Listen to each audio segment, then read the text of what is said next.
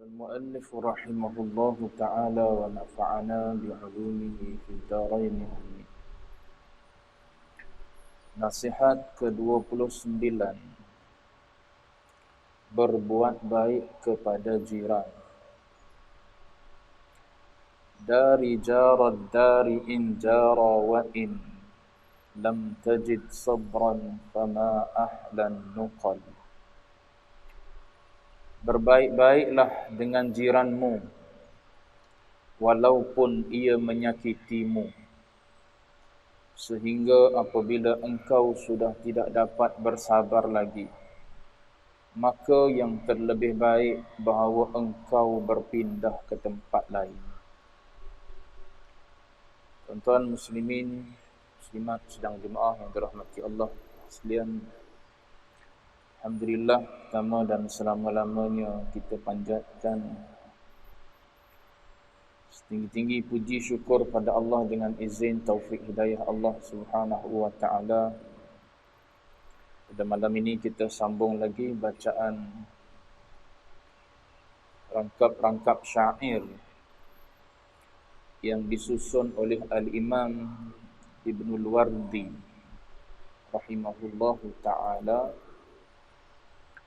dan diterjemahkan oleh Fadilatul Syekh Ahmad Fahmi Zamzam rahimahullahu taala, diterjemahkan dengan tajuk Ya Bunayya, wahai anakku yang tercinta. Kita telah berada pada nasihat Al-Imam Ibnul Wardi yang ke-29, iaitu berkaitan dengan jiran. Dan rasa-rasanya kita semua ni pasti punya jiran. Cuma jiran ini boleh jadi jiran tu jar zil qurba. Ada jiran yang boleh jadi dia jiran dalam masa yang sama dia adalah orang yang punya hubungan kerabat dengan kita. So maknanya hak yang perlu kita tunai pada jiran yang ada pula hubungan kerabat dengan kita, maka itu lebih besar berbanding dengan al-jaril junub. Dalam Quran ada sebut al-jari dzil qurba wal jaril junubi was-sahibi bil jambi wa ibnis sabil. Jiran yang tidak punya hubungan kerabat dengan kita. Mungkin yang ini yang paling ramai lah. Jiran yang ada di sekeliling kita tapi tidak punya hubungan kerabat dengan kita. Dan ada juga jiran yang ada di sekeliling rumah kita itu adalah jiran Muslim. Dan ada juga yang non-Muslim. So kalau yang Muslim, kemudian dia adalah kerabat, kemudian dia adalah jiran, maka haknya lebih berbanding dengan dia Muslim, dia bukan kerabat tapi dia jiran. Begitu juga berbeza, dia adalah bukan Muslim dan juga bukan kerabat. Itu perbincangan yang luas lah berkenaan dengan jiran. Perbahasannya sesuai di tempat dia lah. Di sini kita hanya nak melihat serangkap syair yang ditulis oleh Al-Imam Ibnul Wardi dengan tajuk yang ditulis oleh Syekh Fahmi Zamzam rahimahullahu ta'ala, iaitu berbuat baik dengan jiran. Kata Al-Imam Ibnul Wardi, dari jarad dari in jara wa in lam tajid sabran fama ahlan nuqan. Berbaik-baiklah dengan jiranmu. Dari jarad dar ni ay latif, jarad dar, walayyin kalamak, itu maksud dia. Berlemah lembutlah dengan jiran dan bercakaplah dengan bahasa yang lemah lembut. Tu kalau ada jiran, jangan buat bergaduh. Agama tak ajar kita bergaduh dengan jiran. Injara disebut, walaupun jiran kita tu orang yang zalim, orang yang jahat sekalipun. Agama tak ajar kita bergaduh. Sebab tu dia kata dari jarad dar, latif jarad dar, walayyin kalamak. Berlemah lembutlah dengan jiran dan bercakaplah dengan bahasa yang sopan. Wa in jara alaika wa zalamak.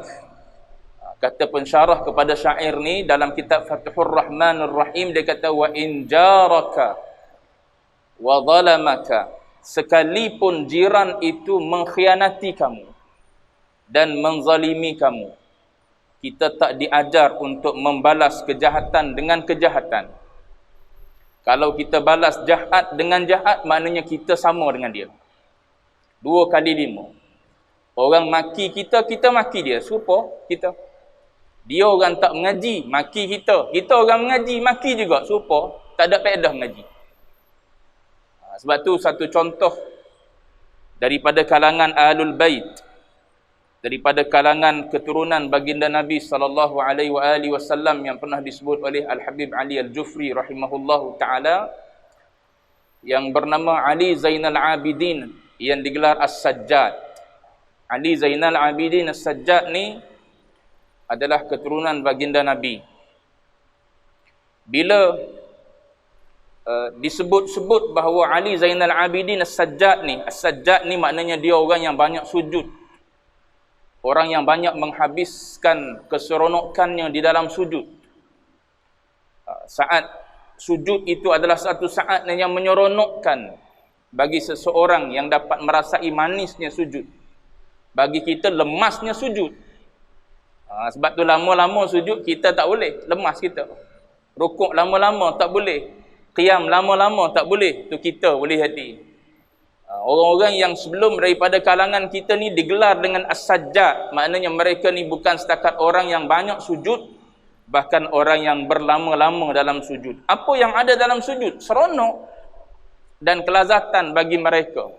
Sebab tu mereka banyak bersujud dan berlama-lama dalam sujud. Baik, saya nak ceritanya Ali Zainal Abidin As-Sajjad ini, bila orang sebut-sebut dia adalah keturunan baginda Nabi, maka tuan-tuan baca dah dalam sirah Nabi, tuan-tuan tak akan bertemu Nabi membalas kejahatan dengan kejahatan.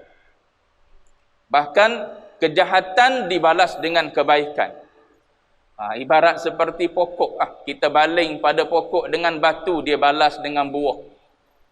Itu kebaikan yang ada pada pokok, kan orang buat perumpamaan.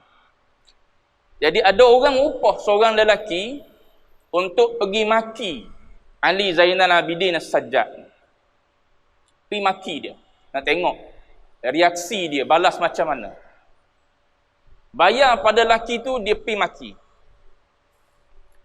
Terserempak dengan Ali Zainal Abidin As-Sajjad, keluar daripada majlis ilmu dia bersama dengan anak murid dia. Dia berhenti, dia maki. Dia caci. Dia cerca dengan berbagai-bagai bahasa lah. Bahasa-bahasa yang tak enak kita dengar pada hari ini. Yang tuan-tuan boleh baca dalam medsos. Apa? Istilah orang muda hari ni, palatau apa tuan-tuan? Tuan-tuan tahu palatau ni apa? Saya pun tak tahu. Tapi duk baca dalam komen-komen anak-anak muda hari ni, itulah kalimah-kalimah palatau. Apa? Bana apa? Saya pun tak tahu tuan-tuan. Tapi itu di antara istilah-istilah. Kadang-kadang yang caci maki ustaz-ustaz ni, bila kita tengok profil dia, budak sekolah ya. Budak mengaji sekolah, boleh jadi SPM pun tak lulus lagi. U pun tak masuk lagi. Baca alif bata pun tak lepas lagi. Tapi cakap seolah-olah macam orang alim. Zaman kita ini. Ali Zainal Abidin As-Sajjad ni tuan-tuan, dia dimaki, dicaci, dicerca, sampai anak-anak murid yang ada di sekeliling dia tak tahan mendengar kalimah-kalimah yang keluar daripada mulut lelaki tadi.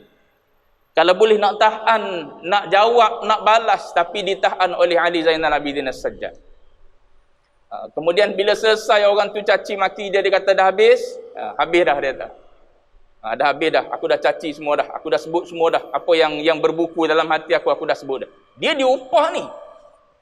Lalu apa yang dijawab oleh Ali Zainal Abidin As-Sajjad? Dia kata, semua yang engkau sebutkan itu fiyya, dia kata. Semua yang kau kata padaku fi, ada padaku. Kau kata aku jahil, ya. Kau kata aku bodoh, ya. Kau kata aku apa? Bodoh, ya. Kau kata aku apa? Ya. Semua ada padaku. Dan dia jawab lagi, wa ma khafiya anka a'zam. Dia kata, bahkan dia kata, yang kau tak tahu jauh lebih besar daripada itu lagi. Tak ada apa. Tak ada marah apa. Bahkan dia kata, semua yang kau sebut tu betul ada padaku. Dan apa yang tersembunyi, yang kau tak sebut dan yang kau tak tahu tentang aku, a'zam. Itu lebih besar lagi. Lebih banyak lagi. Yang lebih besar tu boleh jadi kebaikan yang kau tak tahu ataupun keburukan yang ada yang diletak pada diri dia lebih rendah daripada itu. Wallahu a'lam lah, tapi disebut wa ma khafiya anka a'zam.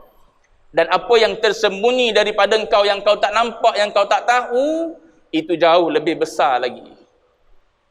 Lalu dia bertanya kepada lelaki tersebut, bila mana lelaki tadi melihat Ali Zainal Abidin tak marah, maka dia pun memberitahu pada Ali Zainal Abidin bahawa dia sebenarnya diupah oleh orang untuk berbuat demikian. Lalu Ali Zainal Abidin As-Sajjad, ringkas cerita tuan-tuan, dia kata, kenapa engkau tak bagi tahu aku awal-awal? Kalau engkau bagi tahu aku awal-awal, tak payah engkau caci maki aku pun. Kau bagi tahu engkau nak berapa, kau ambil duit ni. Dia pun bagi duit kat si fulan yang mencaci maki dia. Ambil duit ni. Kau tak payah ambil duit daripada orang yang upah engkau untuk caci maki aku. Orang yang caci maki tadi bersaksi, aku bersaksi memang engkau adalah keturunan Rasulullah sallallahu alaihi wa alihi wasallam. Ini akhlak baginda. Sebab tu Al-Habib Umar Al-Hafidh, ketika dia datang ke Malaysia satu ketika dulu tuan-tuan, pernah buat perjumpaan dengan agamawan-agamawan, pendakwah-pendakwah yang ada dalam masyarakat kita. Antara yang dibincangkan, antara benda yang disebut oleh Habib Umar Al-Hafidh, hafizahullah, dia mengatakan hadis yang Nabi sebut, balighu anni walau ayah. Nabi kata, sampaikan daripada aku walau satu ayat. Yang orang duk ambil fahamnya walau ayat tu je.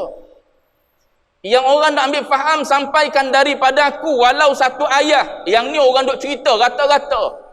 Saya walaupun tak alim, tak reti, saya nak sampaikan dah walau satu ayat. Saya walaupun tahu sikit, saya nak bagi tahu lah pada semua orang tentang apa yang saya tahu, walaupun saya tahu hanya sedikit. Sebab apa? Nabi perintah suruh saya sampaikan walau satu ayat. Kata Habib Umar, Nabi menyebut balighu anni, sampaikan daripadaku. Maknanya sampaikan daripada akhlak aku, sampaikan daripada cara aku berdakwah, sampaikan daripada aku akhlak, kelembutan, kehikmatan yang ada daripada aku saat aku menyampaikannya. Engkau nak menyampaikan satu ayat, dua ayat, 10 ayat terpulang, tapi engkau ingat, ambil daripada aku bagaimana aku menyampaikannya kepada masyarakat. Adakah aku menyampaikan kepada masyarakat dengan cara yang kasar, dengan cara tak berhikmah, dengan cara aku maki hamun, dengan cara aku menjatuhkan orang lain, mengangkat diri sendiri? Tidak. Itu maksud balighu anni walau ayah. Kita duk tengok yang hujung ya, walau ayah je. Nabi sebut anni, daripada aku. Engkau ambil daripada aku, engkau sampaikan seolah-olah dia daripada aku juga. Kalau engkau menyampaikan bukan macam aku sampaikan, orang tengok watak engkau bukan watak aku, itu bukan daripada aku. Ibarat katanya begitu. Itu akhlak. Akhlak yang diajar oleh agama sangat-sangat tinggi. Jadi dalam bait dan rangkap syair ni, kata Imam Ibnul Wardi supaya berbuat baik dengan apa? Dengan jiran. Dan saya sebutkan tadi, jirannya ada banyak jenis lah. Cuma asal nama dia jiran je secara umum, latif jaraddar. Pastikan engkau bercakap dengan dia dengan lemah lembut, dengan sopan santun, dengan bicara yang lunak dan manis. Wa in jara alaika wa zalamak, sekalipun dia mengkhianati dan menzalimimu.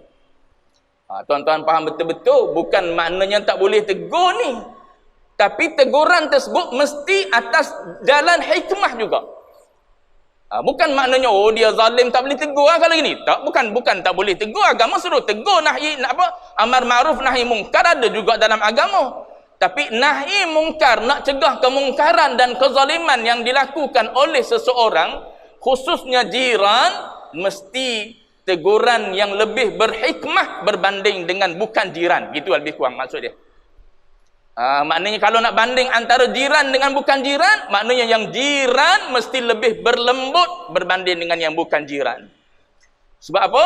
Sebab Nabi sebut apa? Jibril bagi tahu kepadaku, wasiat kepadaku tentang jiran ni, kata Nabi, seolah-olah jiran ni boleh mewarisi harta. Macam kaum kerabat dah jiran ni. Nabi sebut gitu. Jibril selalu sebut kepadaku tentang jiran, berbuat baik pada jiran, buat baik pada jiran berulang-ulang kali.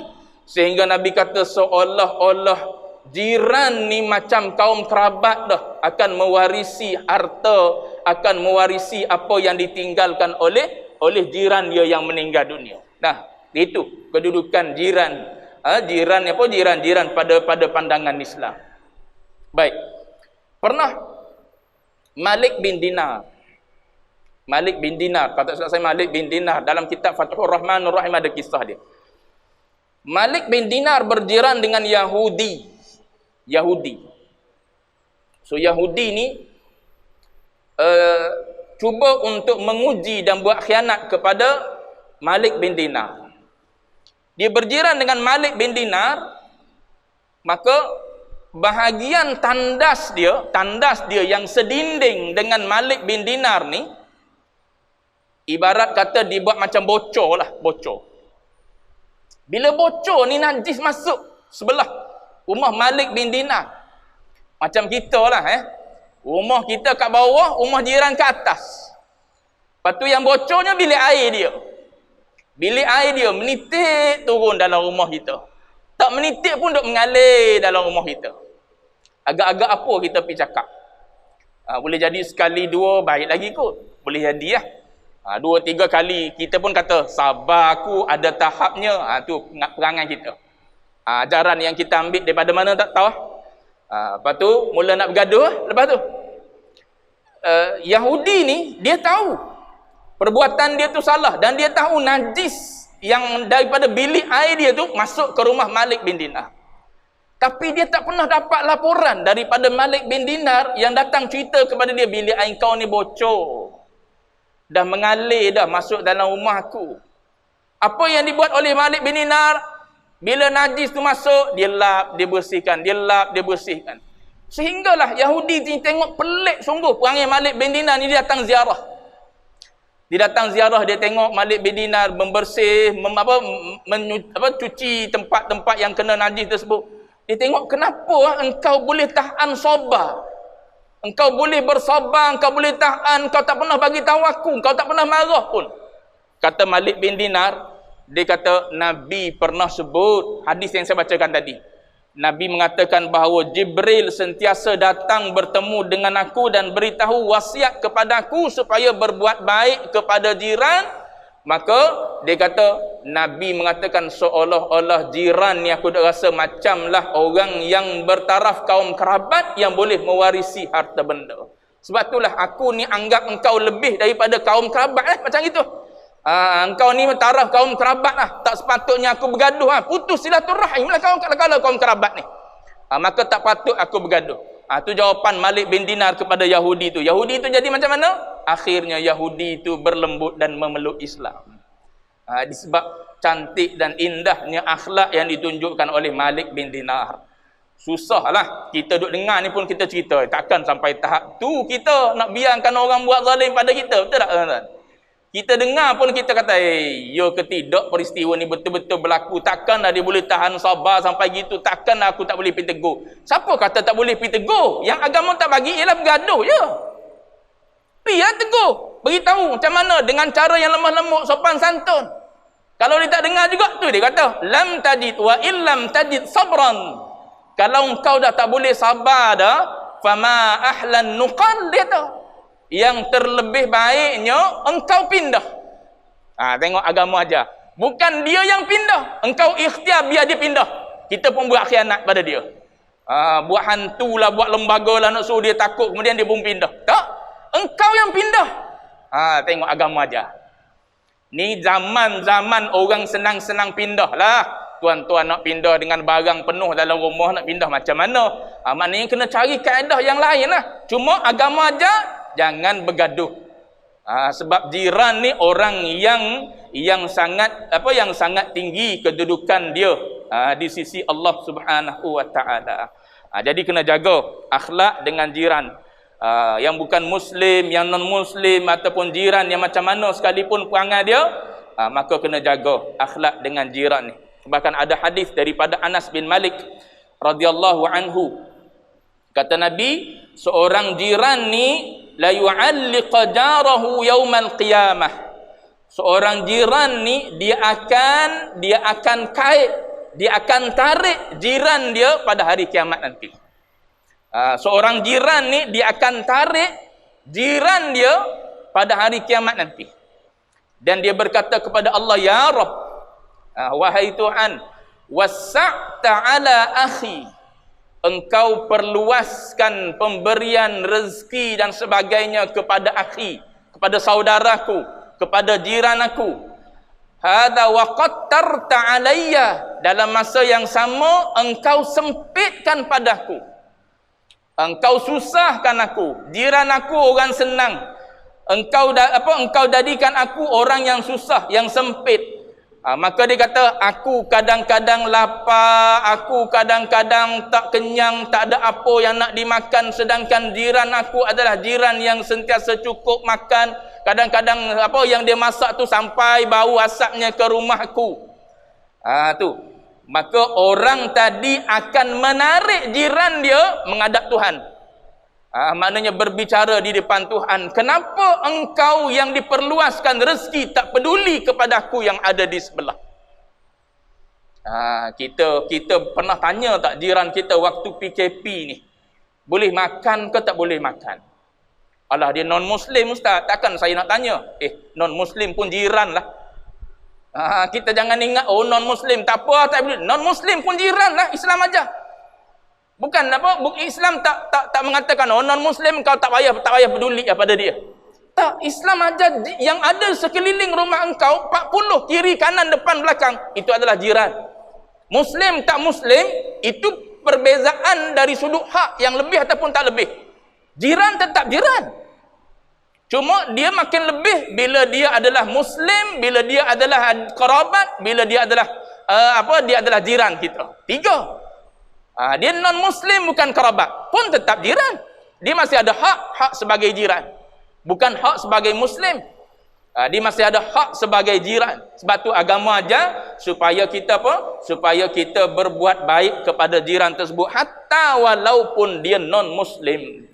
Tu tanya jiran yang ada kiri kanan kita, depan belakang kita, cukup makan ataupun tidak, keperluan apa yang mereka perlu. Tu kena ambil tanya.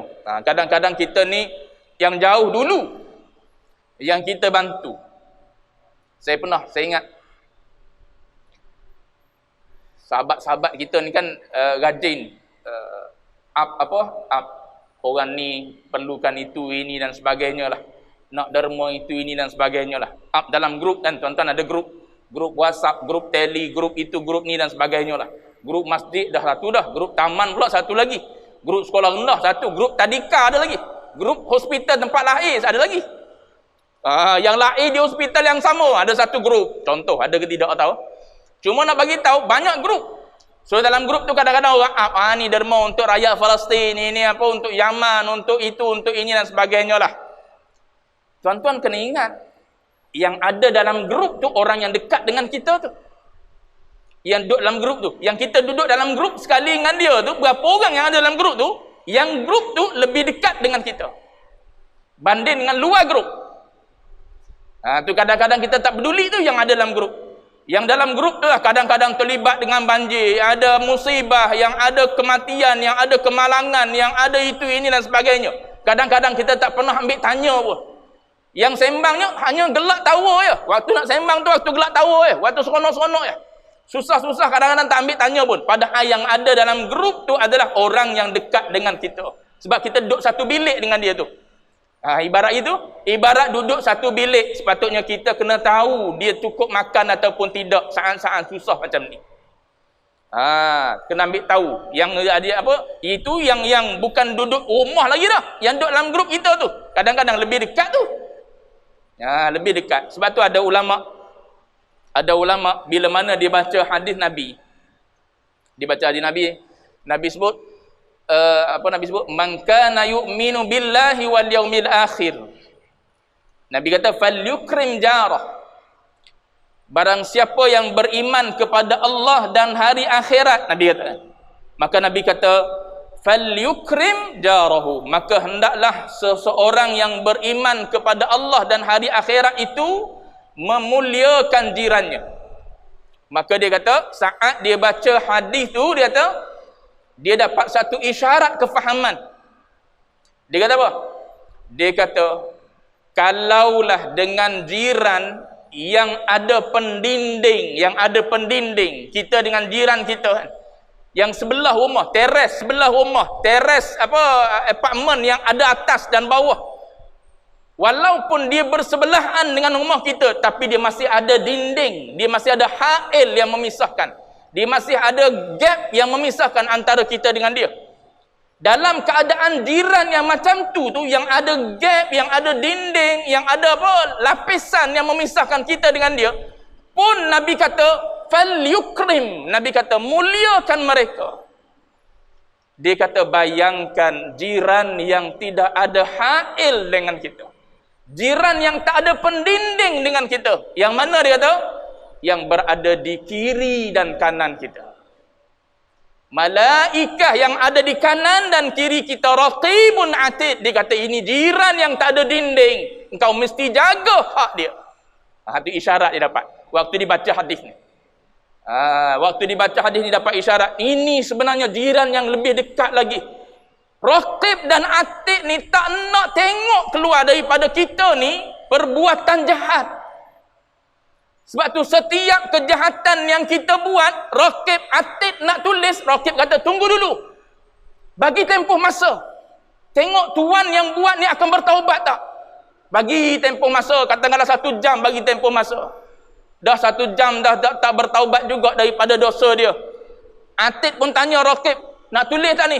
Tulis. Raqib yang menulis kebaikan ni ibarat ketua kepada atid. Tak nak dia kalau boleh menulis kejahatan. Tuan-tuan, kita yang tak sedar, jiran yang tanpa hail ni tunjuk kepada dua-dua ni, kiri kanan kita ni, kejahatan-kejahatan yang kita buat. Sehari-hari, semalam-malam, kita pagi tadi sampai petang, banyak maksiat kita buat. Dengan mata, dengan telinga, dengan lidah, dengan tangan, dengan kaki dan sebagainya. Jiran ni tak senang duduk ni.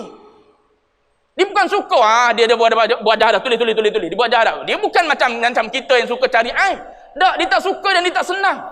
Maknanya kita telah menyusahkan, kita telah membuat jiran yang ada di kiri kita tak senang duduk dengan kejahatan. Sedangkan Nabi kata yang ada dinding pun kau kena mulia, yang tak ada dinding tolong jaga lebih daripada itu. Tu ulama boleh ambil faham daripada hati itu, dipanggil isyarah, dipanggil. Itu dipanggil tafsir isyari kalau dalam tafsir.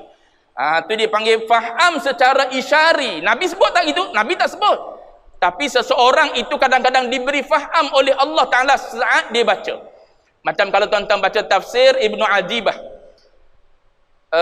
Al-Bahrul Madid, kalau tak salah saya tajuk dia, Al-Bahrul Madid yang ditulis oleh Ibnu Ajibah, tuan-tuan akan melihat dia mentafsir ayat-ayat Al-Quran secara hadis dulu. Dengan kalau ada hadis dia hurai kepada ayat Quran tu dengan hadis dulu, kemudian dia akan sebut al-isyarah. Isyarah itulah yang dia peroleh saat dia baca ayat-ayat Quran tersebut. Dia dapat satu kefahaman yang lain yang Allah Ta'ala nak bagi tahu melalui ayat tu. Maka dia pun cerita dalam bentuk isyari. Begitulah yang ulama-ulama dapat pembukaan daripada Allah Ta'ala untuk faham satu-satu hadis. Ada buku yang terbaru saya terbaca dan saya beli daripada Mesir. Tafsir isyari kepada hadis. Tak sampai 40 pun buku tu, buku nipis je. Dalam tu ada beberapa hadis, tak sampai 40 pun, tapi dinamakan 40 hadis yang ulama hurai melalui faham secara isyari. Bila baca tu seronok. Sebab apa? Sebab benda baru kita dapat. Bukan secara zahir hadis saja kita boleh faham. Bahkan saat ulama membaca, Allah Ta'ala buka kefahaman dari berbagai-bagai sudut. So kita boleh dapat benda-benda yang baru daripada apa? Daripada penulisan, daripada jiwa ataupun hati ulama-ulama yang bersih ni. Baik, tadi saya nak sebutnya ialah bagaimana agama mengajarkan kepada kita melalui hadis tadi supaya apa? Supaya memuliakan jiran, walaupun jiran itu adalah jiran yang kita katakan dia bukannya manusia macam kita. Pun bagi ulama kita mesti menghormati dan memuliakan mereka. Maknanya berikan mereka kesenangan.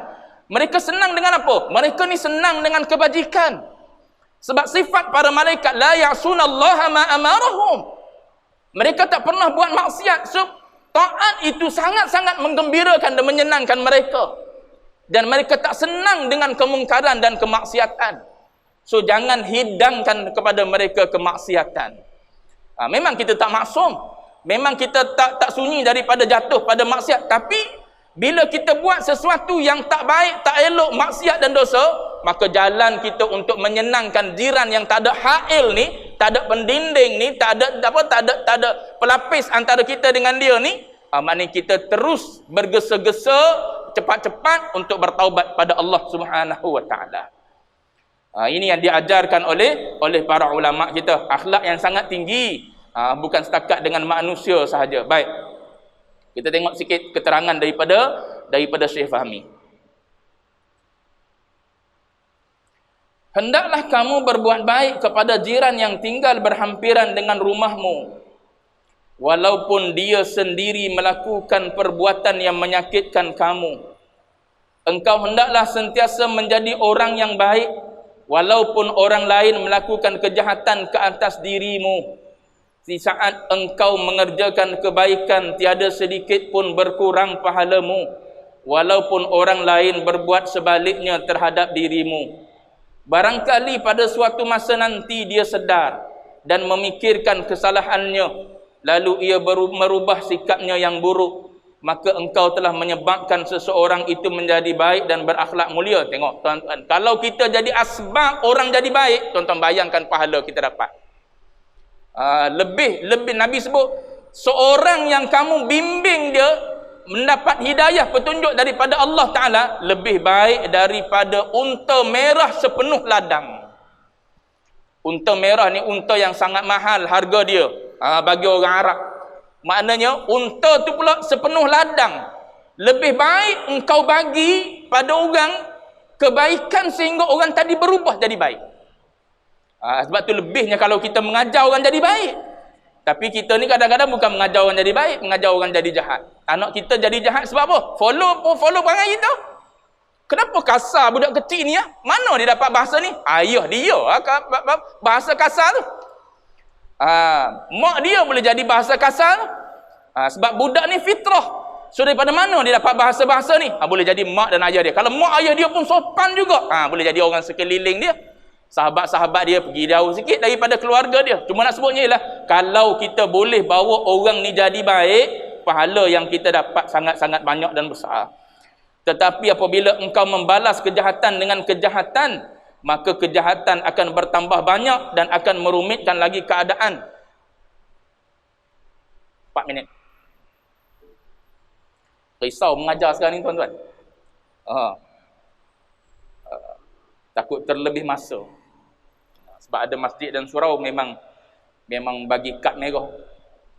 Lebih masa kad merah. Mana tadi? Tetapi apabila engkau membalas kejahatan dengan kejahatan, maka kejahatan akan bertambah banyak dan akan merumitkan lagi keadaan yang sedia keruh dan tidak baik itu. Itu yang saya sebutkan tadi. Islam tak ajar pada kita buat jahat dibalas jahat. Bahkan buat jahat, agama ajar pada kita balas dengan kebaikan. Abdullah bin Abbas, tuan-tuan. Abdullah bin Abbas pernah sebut. Dia kata ada 3 sifat, 3 benda yang merupakan kebaikan yang dilakukan oleh orang zaman jahiliyah. 3 benda ni, 3 perbuatan ni dibuat di zaman jahiliyah. Dan dia kata orang Islam, dia kata lebih patut buat. Orang Islam lebih patut buat. Kalau orang jahiliyah pun memandang perbuatan tersebut baik dan mereka selalu melakukannya, maka kata Abdullah bin Abbas, orang Islam lebih aula dia kata melakukannya. 3. Satu dia kata, apabila seorang tetamu datang, ni zaman jahiliyah ni. Orang zaman jahiliyah, walaupun nama dia jahiliyah, dia tak ada Islam, tak ada agama pada masa tu. Kalau tetamu datang ke rumah dia, maka kata Abdullah bin Abbas, ijtahadu fi birrihi. Mereka ni, orang jahiliyah ni, bersungguh-sungguh buat baik kepada tetamu yang datang. Maka kata Abdullah bin Abbas, kalau kita orang Islam, patutnya jauh lebih baik daripada orang jahiliyah lagi. Kita kadang-kadang tetamu datang tak suka. Bukan tetamu jauh-jauh pun. Ipar duai kita je pun. Ipar duai kita, Allah tak selesanya rasa ipar dua datang. Bukan ipar duai lah. Mak mentua datang, pak mentua datang pun rasa tak selesa dah. Kalau hari-hari biasa nampak ceria je. Bila pak mentua, mak mentua datang je, bercakap pun tak nak dengan bini. Buat muka apa? Buat muka cengih. Cengih tau. Muka tak senang lah. Muka tak senang. Padahal yang datang tu pak mentua, yang datang tu mak mentua. Mak dan ayah kita lah. Mak ayah kita lah tu. Bukan orang lain pun. Mana kita boleh kahwin dah dengan mak mentua kita. Tu haram mu'abbad dah. Asal halal tu. Haram mu'abbad kita dengan dia. Setelah kita ambil anak dia jadi bini kita. Adik-beradik dia walaupun haram mu'aqqad yang perempuan. Dia adalah adik-beradik kepada bini kita. Orang-orang inilah yang telah menceriakan bini kita. Yang telah menghiasi sejarah dalam hidup bini kita. Tiba-tiba kita buat perangai jahat, buat akhlak layan tak baik pada adik-beradik dia. Pasti dia akan terasa. Tu kadang-kadang benda ni berlaku dalam rumah tangga. Bila kita tak punya akhlak dan tak belajar berkenaan dengan akhlak. Baik, satu, orang jahiliah pun pandai tahu. Kalau seorang perempuan itu dah tua. Ni orang zaman jahiliah. Dah bunyi dah. Kalau orang tua tu, seorang perempuan dah tua, maka orang zaman jahiliyah tak akan biarkan seorang perempuan yang tua ni terbiar sendirian. Kata Abdullah bin Abbas, sepatutnya orang Islam lebih-lebih lagi jaga seorang perempuan yang tua. Zaman kita hari ni, bukan orang tua yang jauh daripada hubungan dengan kita. Kadang-kadang mak kita yang tua, kita hantar pergi duduk rumah orang tua. Kita tinggal duduk seorang diri, tak peduli, tak ambil tahu, tak tanya apa pun kebajikan dia macam-macam lah yang berlaku dalam masyarakat kita. Orang jahiliyah tahu jaga. Sabarlah dulu. Diketuk pula. Dah dibunyi tadi, diketuk pula. Last kali tuan-tuan, last kali. Yang ketiga ni lah, yang berkaitan dengan jiran ni. Apabila seseorang jiran yang ada di kalangan kamu itu, kata Abdullah bin Abbas, ni di kalangan orang jahiliyah ni. Jiran yang ada di kalangan mereka ni, ada musibah, ada hutang dia kata. Maka jiran-jiran yang ada pada zaman itu, zaman jahiliah ni, pakat bantu untuk lunaskan hutang jiran dia. Pakat bantu untuk hilangkan musibah daripada jiran. Kata Abdullah bin Abbas, orang Islam lebih patut buat macam ni. Maknanya orang Islam, kalau tengok umat Islam, sama-sama Islam tersepit, kalaulah kita amal akhlak ni, tak ada orang Islam yang tersepit tuan-tuan. Tapi sebab kita sendiri pun kedekut, nak keluarkan derma, nak keluarkan zakat pun berkira. Zakat 1,000 untuk tahun ni, bayar ansur-ansur RM50 sebulan. Sebab apa? Sayang kat duit. Padahal zakat 1,000 nilai kena keluar untuk tahun ni. Bayar dulu 100 dulu. Bawa keluar, okey, ambil lah 100. Padahal 1,000 tu ada. Padahal dengan 1,000 tu mungkin kita boleh tanya, seorang lelaki, engkau boleh buat apa? Oh, dia kata, saya boleh berniaga dengan modal 1,000 ni, saya boleh beli, katakanlah, mesin jahit, saya boleh menjahit, saya pandai menjahit pakaian dan sebagainya. Beli mesin jahit, biar dia bekerja. 5 tahun dia bekerja jadi tukang jahit, boleh jadi dia pula yang keluar zakat. Dengan sebab RM1,000 yang kita keluar. Tapi dah kita bagi 100, nak beli apa? Beli kopis je lah. 100 nak beli apa? Ikan apa boleh beli? RM100. Masuk dalam kedai, bukan banyak pun boleh beli dengan 100. Tapi kalau kita bagi semua pada dia dengan kita tanya apa perkhidmatan yang boleh buat, pasti ada jalan untuk kita keluarkan seorang yang miskin, satu masa nanti boleh jadi dia adalah pengeluar zakat pula. Tu kaedah zakat. Tu tuan-tuan mengaji dalam fiqh lah pula berkenaan dengan zakat. Di sini cerita bab berjiran. Nampak AJK dah jeling lain macam, saya nak berhenti dah. Akan datang insya-Allah Nasihat yang ke-30. Maksud yang ke-30 dah. Sikapmu yang tepat terhadap kerajaan. Dah bunyi macam politik pula. Wallahu a'lam wa ilmuhul atam.